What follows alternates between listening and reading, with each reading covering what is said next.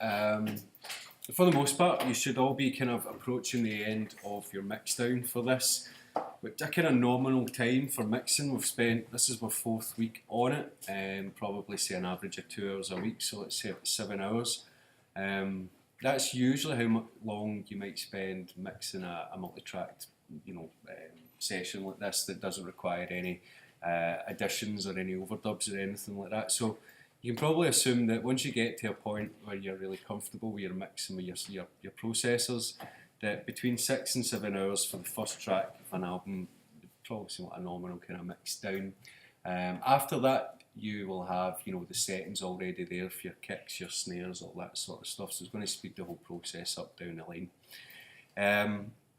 So what we're going to do now is we'll look at commercial masters later next semester. Once I'm confident that not only the mixing aspect of the process complete, but obviously all the compositional aspects we're going to look at in the next few weeks as well are all in place. So today what I'd like to do is show you a production master, which is the kind of thing that I would quickly fire on a master fader within Pro Tools, just to get give the band or the manager, or whoever it is that I'm my point of contact is with, has a track that's kind of popping, that's ready to kind of go. And we're just going to use a couple of very straightforward processors. So we'll start off with our harmonic saturation. Okay, harmonic saturation. And this is going to just warm the audio up. Now this is on the master fader, so this means that all our tracks are all being summed together and now going out via a stereo output. So anything I put on a master fader is going to treat all that audio together. Now when I do a commercial master, I'll bounce my track out and I'll do this independent. I'll have another session with just the bounced stereo file, and I'll apply the processors to it. The main reason for that is that the processors are far more CPU intensive when you're using these other 9 steps, and sometimes firing it onto a master fader that's already got all this stuff going on can actually slow the machine down to the point where it starts to glitch and pop. Okay, so we're going to use harmonic saturation. I'm going to just try and use one channel of EQ, but there's a sort of sentiment that feels that maybe having 2 or 3 EQs doing different things actually is a bit more effective. But I'll leave you guys to kind of come up with your own process for that. Then we're going to use stereo width. Okay, and the idea of this is to control where each of our 3 frequency bands exists for bass, for mids, and for highs, and push them around within our mix. The idea is that we're going to either try and push the sound just beyond the speakers and widen it all out, stretch it all out a little bit, which gives us a bit bigger, kind of more anthemic sound. Or a lot of rock and dance masters will actually push and pull everything in a little bit. So if you had everything hard left and right, it brings it all in. So it's a really effective way of solidifying your mix, gluing it together. But again, the tracks will tell you if they need to be wider or narrower as you go along. Then we're going to use a little layer of compression just to catch any slightly louder elements that are cutting about within our mix. And then a limiter, and the idea of the limiter is to bring the overall level of your track up to a nominal point. Now, nowadays, limiting is kind of seen as this, you could take the rest of the stages away, and some people think just limiting is actually your master, because you take a quiet track and you lift it all the way up. So the idea here is that you want to try and get it loud enough that it's going to be, have a good signal-to-noise ratio. It's going to sound good when it's played amongst other records of a similar ilk. That it will sound good on the radio, that will sound good on a vinyl, it will sound good on CD, it will sound good on MP3. And down the line, if you become a mastering engineer, you will do different versions of all these little processes for different applications. So if you're mixing or mastering for vinyl, then you really need to accentuate the bottom end, because that actually gets physically cut into the grooves, the surface of the disc. So you're always going to promote your bottom end a bit more than you would on, say, CD. But when you're making MP3s, the MP3 conversion process always adds like 1 decibel of gain to your master, so you always need to make sure your limiter is slightly lower, so that if any gain is added, it doesn't push it beyond that distortion ceiling. So these are all the kind of things that we're going to look at.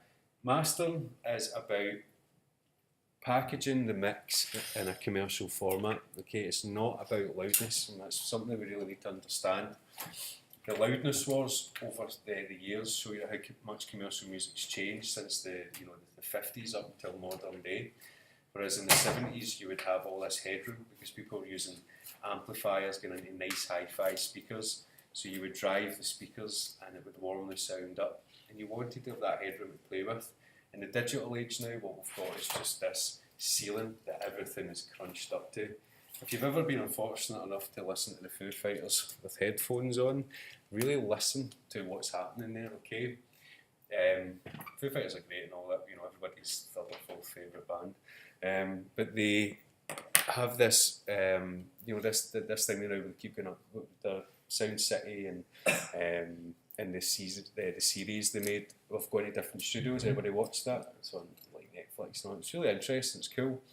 But they go into all these really swanky studios and talk about the microphones in the room, and then you listen to the mixes at the end, and it could have been recorded, and it could have been recorded anywhere. It could have been recorded in Audio Lounge, it could have been recorded through Guitar Rig, because everything is so processed by the end of it that they'll lose all these sort of dynamics that are there. If you listen to their masters, everything is just pushed right up to the ceiling. And if you look at the waveforms, you would just have this square, If you zoom right in, you would see that, there's no distortion occurring. There is still this little crest at the top of the waveform, but it's been compressed so heavily, and it's been limited up to this distortion ceiling, that everything just sounds really crunchy and a bit too much as far as I'm concerned. Space is key. So don't get confused between normalization, which is to bring all your signals up to a sort of zero nominal level, and mastering, which is actually about crafting the sound. It's about changing the harmonic content of your mix so that it sounds the same on every kind of medium, from hi-fi to your car stereo to your headphones, and making it commercial enough so that it stands up next to other music, as I say, on the radio and all that. So there's mastering is a force to be reckoned with, and it is a more of an art form than an exact science. But a production master is just to prepare this mix for, for people to give it a listen to. If you just sometimes send a mix out, it kind of lacks a bit of sparkle and punch. And I always think this is a way of kind of seducing the band or seducing the artist that you're working with to hear their mix with a lot of kind of energy and character to it that's maybe not there normally.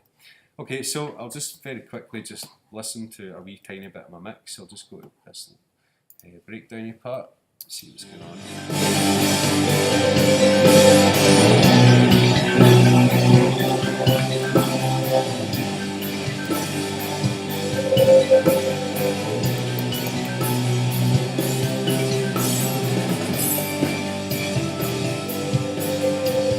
Okay, so all your mixes will sound different. That's cool. I've heard some really interesting ones. I've heard ones that are very solid, just sticking to it. I've heard ones that have kind of went a bit more kind of avant-garde, if you will, with it, which is sounding pretty cool. Again, it's your mix. You have all shown me that you can understand how to route things around and where and when to use different sorts of plugins, and that's the main sort of thing that we're going for here.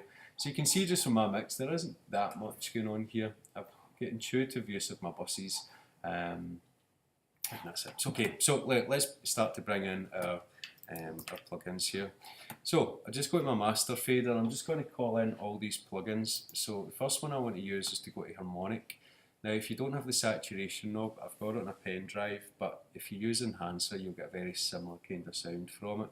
I'm going to use saturation knob and bypass it for the time being. Then I'll bring in my other plugins. So I've got my 7-band EQ.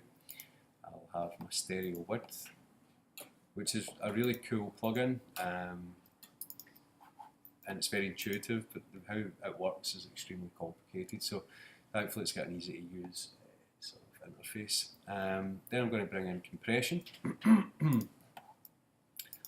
and the last stage will be my limiter. Okay, so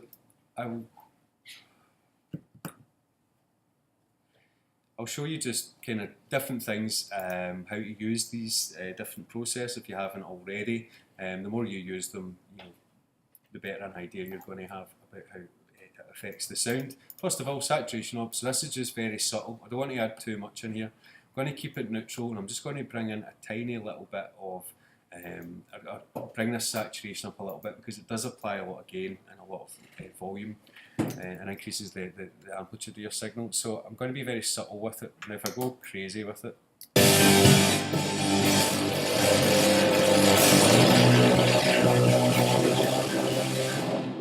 just a touch too much. So obviously very ugly, so I need to be very subtle with it. Now, the way I think about this is taking something that's got very like direct, straight lines, very bold lines. So say, imagine you're looking at a drawing. And what you want to do with this is as you turn up the saturation, it just kind of fluffs out the lines a little bit. So rather than having a really sharp image, we now have this really soft image to look at. So for visuals that might not be ideal, but for sound that's really pleasant for the ear, because it tickles all the frequencies and harmonics around about all our sweet spots that we've identified with our EQ and with our time domain effects in here as well. So I just really want to just add a wee bit of character, okay, but you might not hear too much going on here. Perfect. Okay, now when I use the slate version of this, the tape saturator, I'm only looking for like between 0.5 and 1 dB of flickering on the little VU meter to show me that that's how much sort of saturation has been applied. Remember, saturation again is just about filling out, trying to fill in any little harmonic gaps in here, any little spaces, and it just should make it sound much more pleasant, but I need to be subtle with it. So I'm only after a tiny little lift here.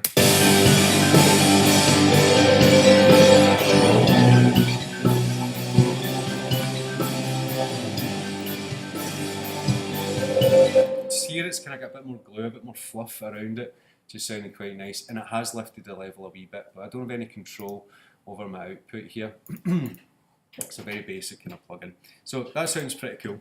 I'm going to get into my EQ7 band, and the temptation to pull out your mids and boost your bottom end and your high end is always massive when it comes to the mastering process. Now this is counteracting the non-linear response of our hearing mechanism. As we know, it's a sort of inverted Fletcher-Munson curve where we get this this little smiley face sort of shape here. So we need to be very careful about how we treat this. But again, I just sweep through the different frequency bands looking for a wee bit of character to bring out here. So I need to use my headphones because I'm sitting quite far behind the speakers here. So I'm going to fire these on and just look to what I'm doing and try and follow the process. But we should be quite comfortable now with the EQ unit itself.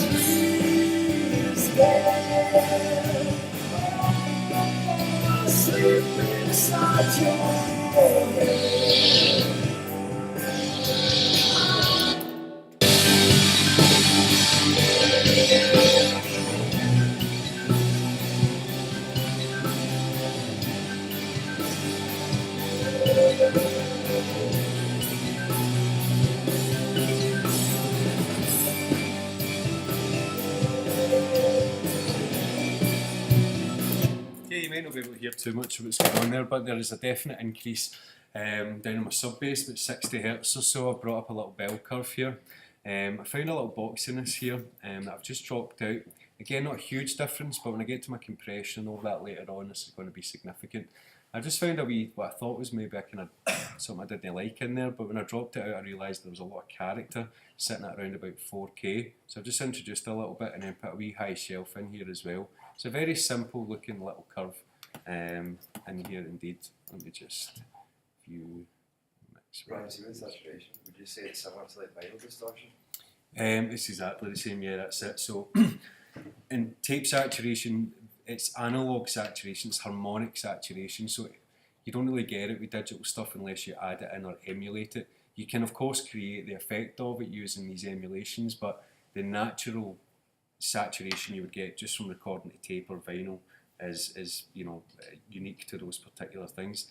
On tape, saturation would really come from the fact that when you were aligning up all the little sort of metal particles on the tape, sometimes they wouldn't be directly on the amplitude or directly showing you like where exactly what it was that's getting played in the microphone. So what was being stored onto the disc, hit onto the tape, was just a wee bit off in terms of, you know, how the particles were aligned, and that's what led to the little saturation sound. So your kicks went from being really to having maybe still having all that impact, but having a wee bit of nice warmth in the bottom end and all that, and a wee bit of kind of fluff.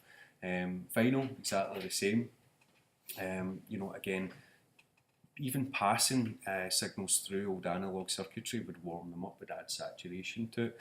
So that's all the stuff that we're trying to kind of re-emulate here. Vinyl saturation is different, slightly different to tape and other emulations that we can use digitally, in that they roll off everything from about 12k, so it sounds really warm. So you can actually saturate quite heavily without getting any piercing or shrill kind of unfriendly frequencies in it. So it's a really kind of warm sound.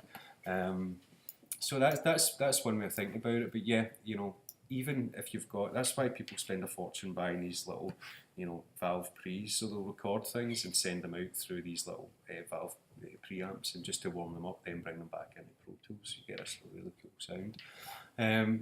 Yeah, so that's why I've used it here at the first stage. What I've done is I've introduced a bit more sub bass, taken out a tiny wee bit of the mix here, a bit of that boxiness, and I've promoted some of the high end as well. Let's give it a really quick listen.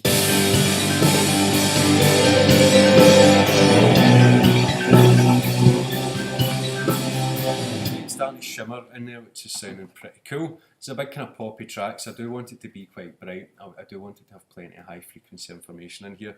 But if I was maybe doing, I don't know, like a house track, or if I was doing something a bit more lo-fi, then I would probably promote more of the bottom end rather than the high frequencies. Okay, stereo width. Now you'll not get the full benefit of this where you're sitting unless you've got your headphones on. So when you guys are using it, you should you know, kind of hear it a bit more. Now they always keep it in the master in stage to adjust over here. Okay. Now what I'm going to do is, if I've set the width at 100% and the speakers are where they are, if I go down to 0% and I bring everything into mono, okay, so I pull everything that's in the left and the right channels and I just send them to both speakers. If I bring it up to 150%, then I've moved the sound, I've inflated the stereo image by about 50% to what it was, so I've pushed the sound beyond the speakers. This will start to create a lot more space in my mix for all the sounds that are in there. So anything that's panned hard left and right might start to struggle a wee bit because you start to notice that they are extremely hard left and right, and you lose your central image a little bit. But anything that's down the middle and slightly off centre will just be inflated out a little bit. So let's very quickly just fire this in. Okay, so now if I increase the high frequencies, then I'm going to push the frequency band of the highs out a little bit, but it also lifts the level, so you do get a little sort of EQ thing going on in here. Let's give it a listen.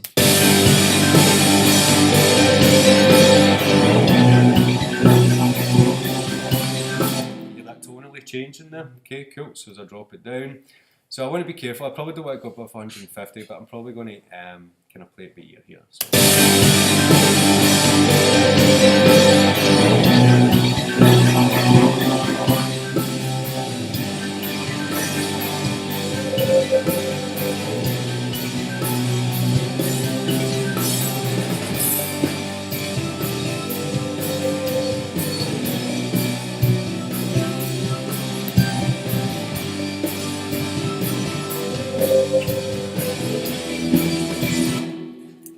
It's just, it's a wee sexifier. It just makes things sound a bit better. Okay, and it's really, yeah, we could go into like how it actually does all this sort of stuff, and it uses phase relationships to create width and all that, but all we really need to do is use the numbers here.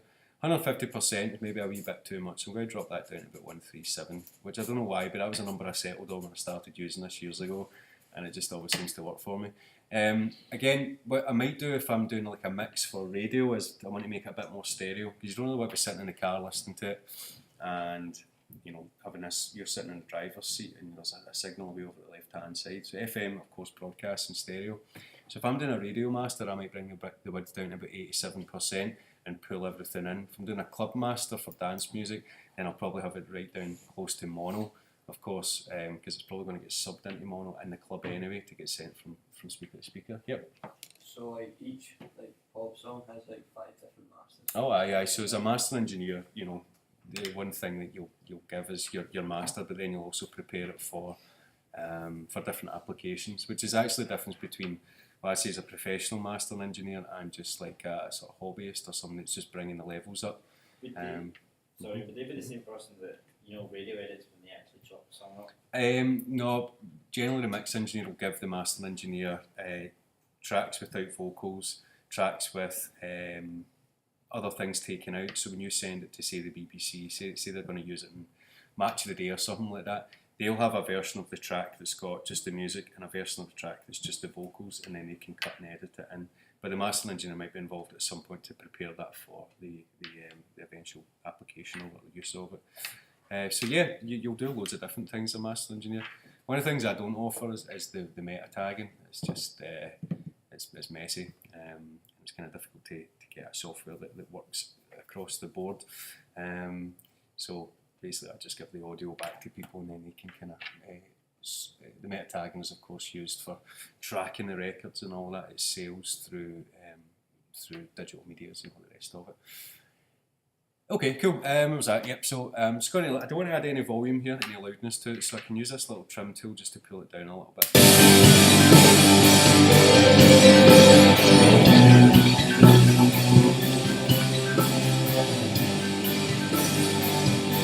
So when you put your headphones on, you'll just hear it just blossoming out a little bit. It's as if the track's taking a big breath in, okay, and it's just everything's kind of inflated a little bit.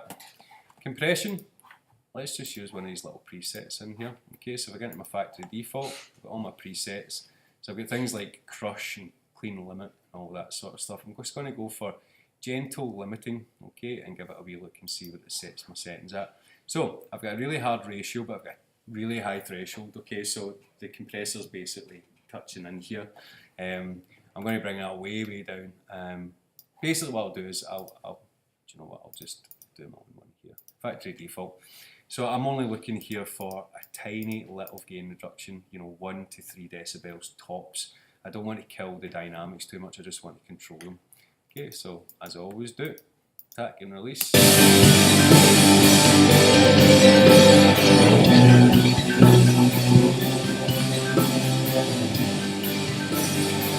So quarter, so 75% compression here. I can see my threshold's too low, so I'm going to lift it up a wee bit before I start bringing my attack and release in.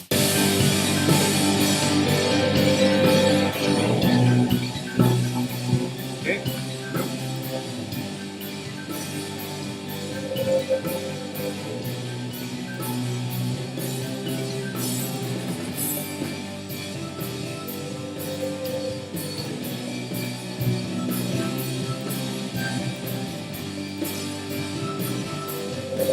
Okay, so we've covered compression to the death now, but what we're trying to do here is I've got everything in my mix all coming through here, so I'm compressing loads and loads of different things.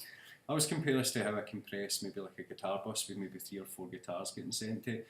They're harmonically all doing different things and rhythmically doing different things, and what I'm trying to do with the compressor here is just grab the signal when it comes across past the threshold a little bit, and introduce a wee bit of character to it that maybe wasn't there, maybe a wee bit of movement.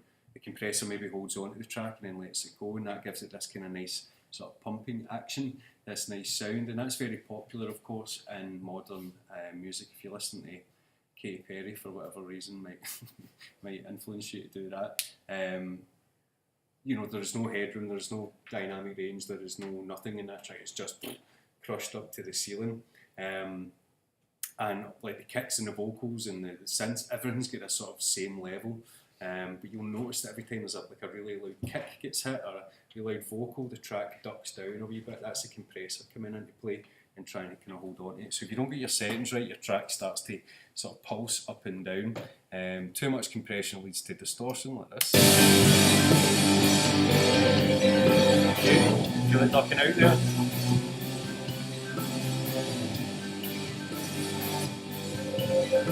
Okay, up and down, far too much here. So just need to be very subtle with it again.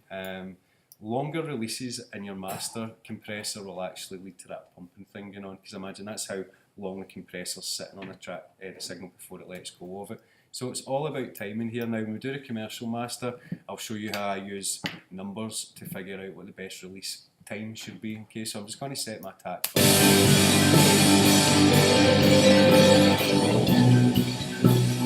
So that's what I'm down to, and that.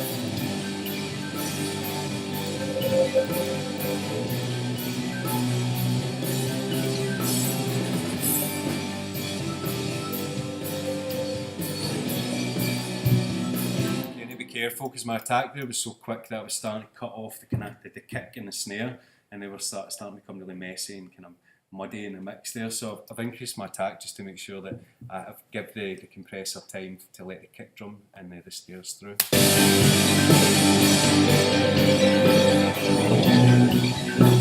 Okay, so your release time is in milliseconds, and if I bring up my calculator here, we'll get into this in much more detail when we use our Xenon mastering and all that next semester. But the tempo of this track is 123 beats per minute, and if I divide that by 60, I can work out how many beats I've got per second. I've got 2.05. And if I want to work out how many milliseconds that release will hold on to the signal once the compressor is breached and be in time with the tempo of the track, and I divide this by 1,000. Okay, and this gives me my sort of starting point, 2 milliseconds, 2.05 milliseconds. Let's say 2.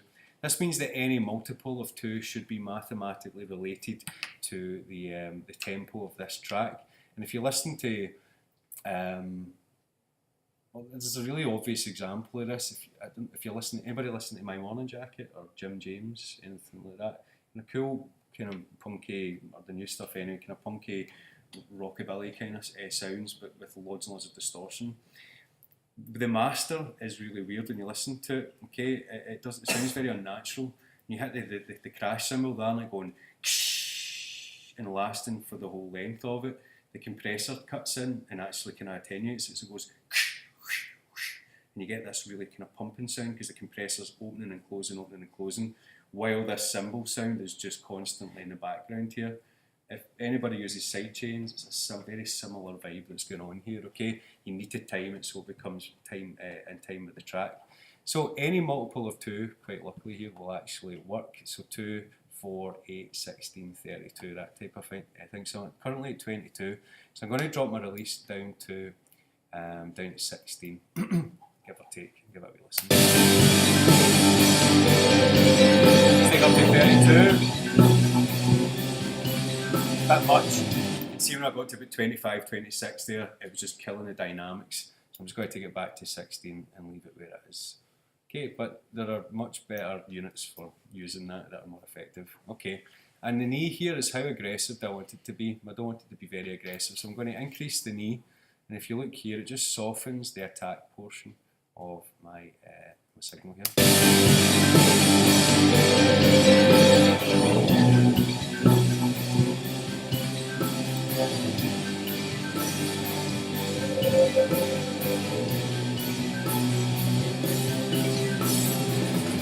Subtlety is the key because it's the next stage where we're going to go to town on it. Yeah, Murray?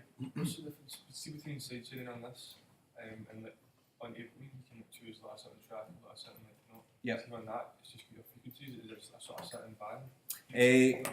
The difference between the sidechains that are in the stock plugins in Pro Tools are that you need to trigger it from another sound. So maybe you've got a click track playing 1, 2, 3, 4. You would send that to the compressor, which is what sidechain is, and it ducks it out for a certain time, and then it will create this other sound. If anybody's wondering what a sidechain is, you can use it in broadcast if you've got, say, your background music on, and then the presenter starts to talk. when that signal appears, it ducks out the main music so that there's space for the presenter's voice to come across. But we can use it in dance music and really any application in audio to create little pulses, little percussions within the sound that's already there. In Ableton, you can just choose like a shaped sidechain, and you can choose what pattern and all that sort of stuff, and it does all the kind of background work for you, which is why Pro Tools is good, because it shows you actually how you create a sidechain, what's actually happening there.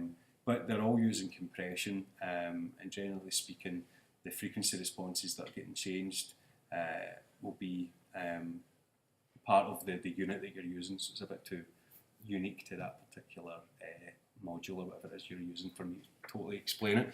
But we will be using sidechains when we're covering the compositional aspect of things, so you'll find out the difference and you'll be able to decide what you prefer. We've now got Ableton 10 in all the machines, so we will be including that into our processes pretty soon.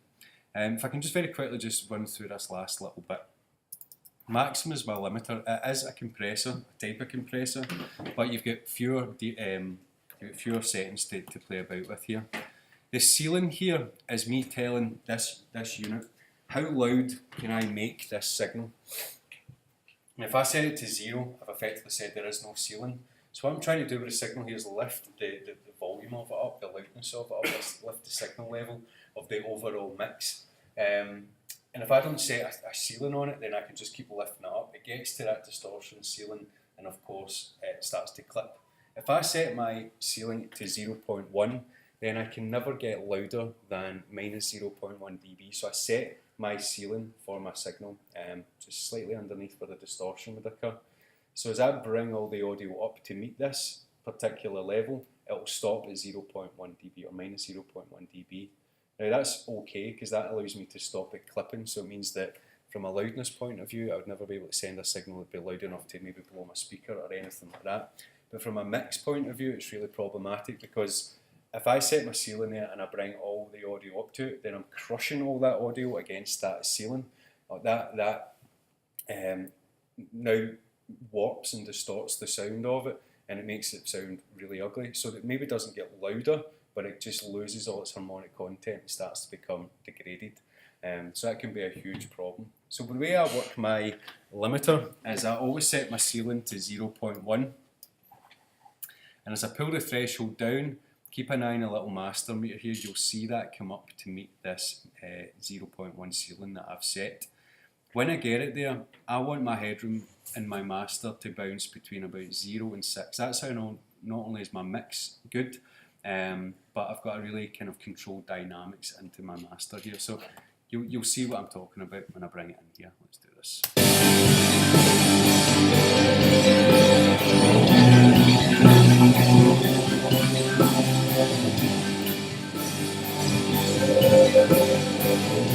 Okay, so that's the headroom. So this is the point at which distortion occurs. But I've set my ceiling just under it. So all the louder elements of the signal are coming up and being stopped at this 0.1 ceiling here. That means then that they're staying there, and I'm lifting the amplitude of all the quieter sounds as well coming up. So if I do too much, then I end up distorting it. But what I should get is a nice movement here. Now modern music is to the point where it's like this.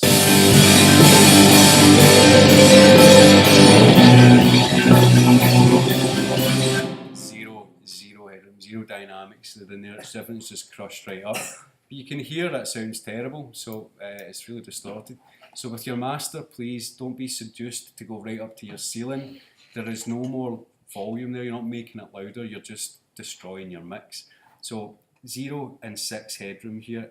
Ideally 0 and 3 if your track sounds like it can take it, but if you need that wee bit of headroom, just let it move around. So the idea is that this is the loudest bit of the track, so I just kind of want to quiver in between 0 and 3.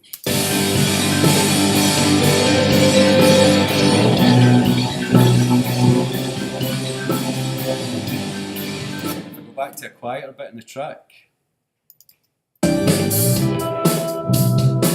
it's still reaching that ceiling, but look how dynamic this track's going to sound great on the radio. It's going to sound really, really good, you know, through your hi-fi or whatever it is you're listening to it on. So you just kind of want to get a nice balance here. Your release again, you'll start to hear the kind of pumping sound, that pulsing sound coming in as I bring my release up. So I'm going to set it to 2 milliseconds, which is one of the numbers that we came up on earlier on. Take one step closer. That's all I'm after. Reverb's huge. We've got them now. Take one step closer. That's all I'm after. Okay, cool.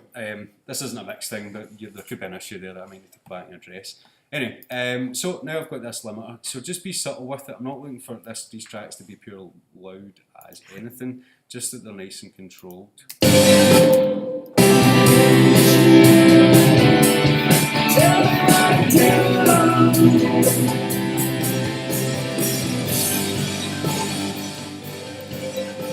Okay, so before and after.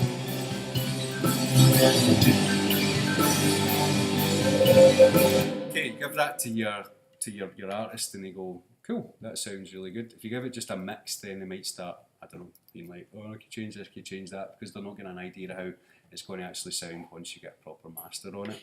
The last point then, of course, is your bounce. So there's a few reasons to why I would usually bounce this out and master it somewhere else, because it means I can cut top and tail the audio without too much bother. But I want to set my bounce window, which means I need to set a starting point, so I'll just use this start marker. Okay, and then I need to create an end point. Okay, so you can do loads of different things to fade this out. I'm just going to put little breakpoints on my master fader here. So what should happen is get to this point, and then it drops off. So I've got silence, and then I'm going to create a little marker here and call it end. So to bounce this out, what I need to do is select my bounce window, which is going to be between both of these markers. So I just hold in shift and click, and if I look up in the ruler here at the top on bars and beats, you can see there's a greyed out area across this ruler. This is my bounce region, so it's going to start here and end here. If I don't set that up, then it will bounce for the entirety of this session, which is about 1500 minutes or so. Slightly longer than we need. If you go to File and bounce to Disk, then in here what you want to do is make a WAV file, which is an uncompressed audio format, high quality. I'm going to add an MP3. We need to make sure it's interleaved. That creates a stereo file. Mono summed takes all our panning and just buses everything into the middle, so that could be a problem. Multiple mono bounces out two independent audio channels, a left and a right. That if you click on them and play will only give you the left channel or the right channel respectively. Interleaved gives us both left and right together. The bit depth and the sample rate is already determined by what you set your session up to be. Keep it 24-bit and 48 kHz. Never go down your bit resolution here. Okay, we'll get to that later on, but if you go from 24-bit and you go down to 16-bit, then you're massively truncating your headroom and you can lead to distortion and loads of quantization noise, which is very ugly. Okay, next thing you want to do is just name it. It'll automatically go to a bounced files folder associated with this session. So I'm going to call it obsolete prod master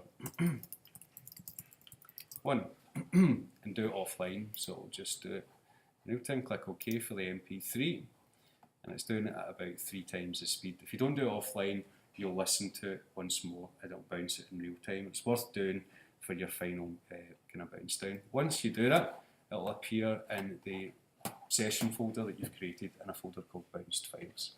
Okay folks, that took me slightly longer than I meant to, so let's just get to it. Again, the instructions on what is needed from you are here. So if possible, I'd like you to have a bounce down by lunchtime. Don't worry too much if you don't have the time today and get it off you at a later date.